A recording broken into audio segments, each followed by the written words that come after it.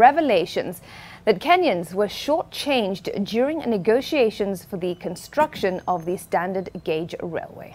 Details seen by NTV show the exaggerated cost for goods and services procured by the parties that signed the initial agreement in 2012. Well, Leila Mohammed with the identities of 7 Kenyans who committed the nation to one of the largest debts yet. Negotiations for the construction of the standard gauge railway, which the Daily Nation described as the pillars of greed, were conducted between 27th of June 2012 and the 30th of August of the same year.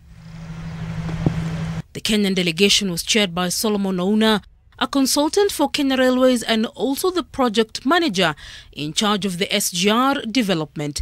He passed on in 2018. Alfred Madheka was by then the finance manager at the Kenya Railways. He left the corporation in 2018, but not before being demoted by former Kenya Railways MD Atanas Maina over claims of poor performance in the SGR project. Lucy Njorogia, procurement manager at the Kenya Railways, was also one of the signatories. She too, like Madheka, left the corporation in early 2018 over poor performance claims.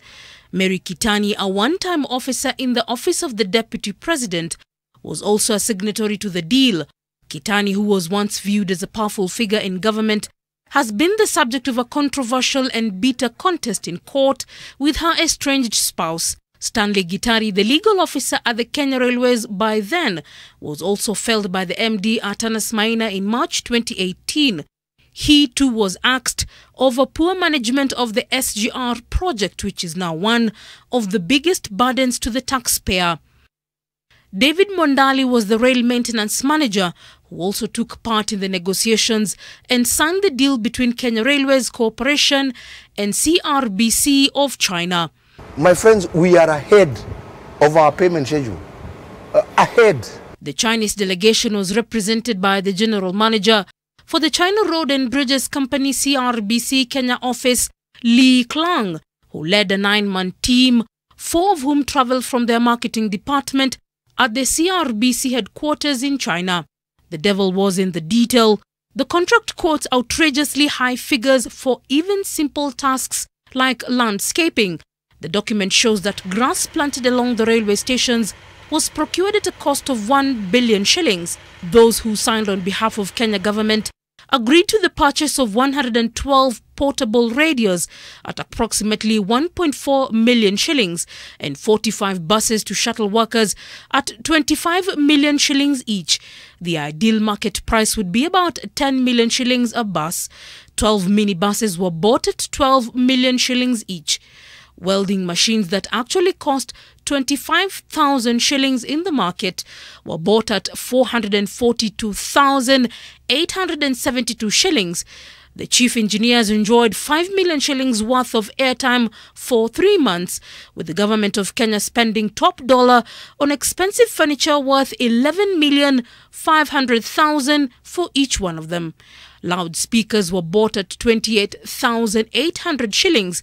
Laserjet printers that should cost 40,000 were purchased at over 500,000 shillings as well. The draft agreement with the inflated figures was tabled and discussed.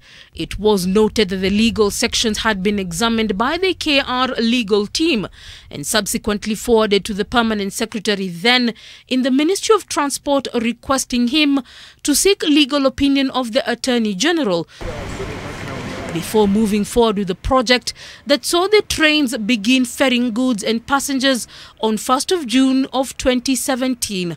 In the contract, the movement of the money would be in US dollars and directly from the Exim Bank of China to CRBC accounts. In details of the contract were promised to the nation by President Uhuru Kenyatta. You want a copy of the contract? My friend, I'll get it to you tomorrow. So they are commercial interests protected by Chinese rule of law. So I cannot say we agree or disagree, disclosure these kind of agreements. In the contract, a confidentiality clause states that publicity of any kind by any means by one party, hereto any third party, not involved in the present contract, requires the prior written approval of the other party. Thus, the President's promise might have never seen the light of day, considering that each party was expected to maintain a commercial confidentiality of any information or data. Leila Mohammed,